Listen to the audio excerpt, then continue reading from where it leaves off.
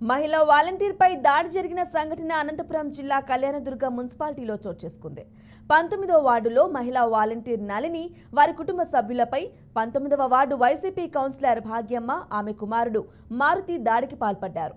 YCP ప్రచారానికి రానందుకు భౌతిక దాడికి పాల్పడి బూతులు తిట్టారు. గత కొద్ది రోజుల క్రితం అనివార్య కారణాల వల్ల వాలంటీర్ పదవికి రాజీనామా చేశానని బాధితురాలు తెలిపింది.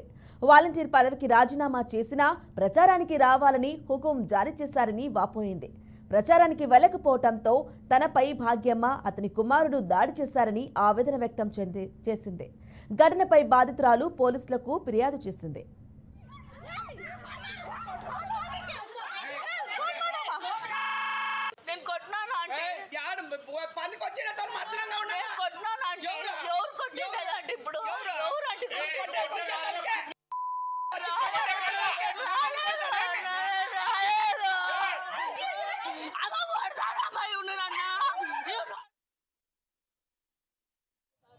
నన్ను వాలంటీర్గా రిజైన్ చేయించారు.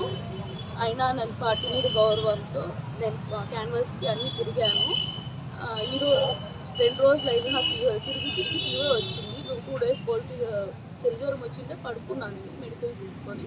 అయినా ఫోన్లు చేసి తిడుతూ ఉంటే సరేలే అని ఈరోజు క్యాన్వాస్కి వెళ్ళాను. నేను వెళ్ళినా కూడా మరి కాల్ సెంటర్కి వెళ్తున్నానని కాల్ చేస్తున్నాను.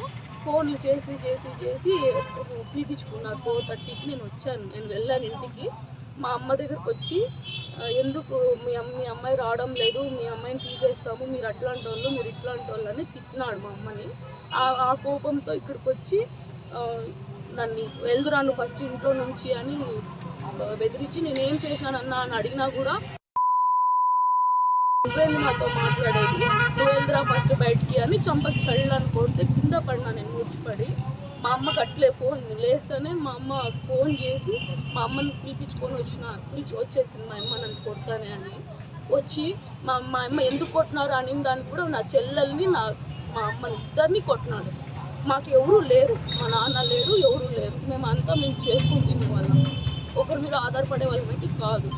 ఇంట్లో చేసినా కూడా ఏం కక్ష పెట్టుకున్నారో ఏమో తెలీదు. 5 ఏళ్ళుగా చేస్తున్న వాలంటీర్గా నన్ను ఏమీ గుర్తించలేదు. Maruthi councillor Bhagyamma 19th ward councillor Bhagyamma వాళ్ళ కొడుకు మారుతినే ఇదంతా చేసింది. ఎక్కడ కొట్టినారు నిన్ను? వాళ్ళ ఇంట్లోనే, మారుతి వాళ్ళ ఇంట్లో, కౌన్సిలర్ వాళ్ళ ఇంట్లో. I have an evidence also.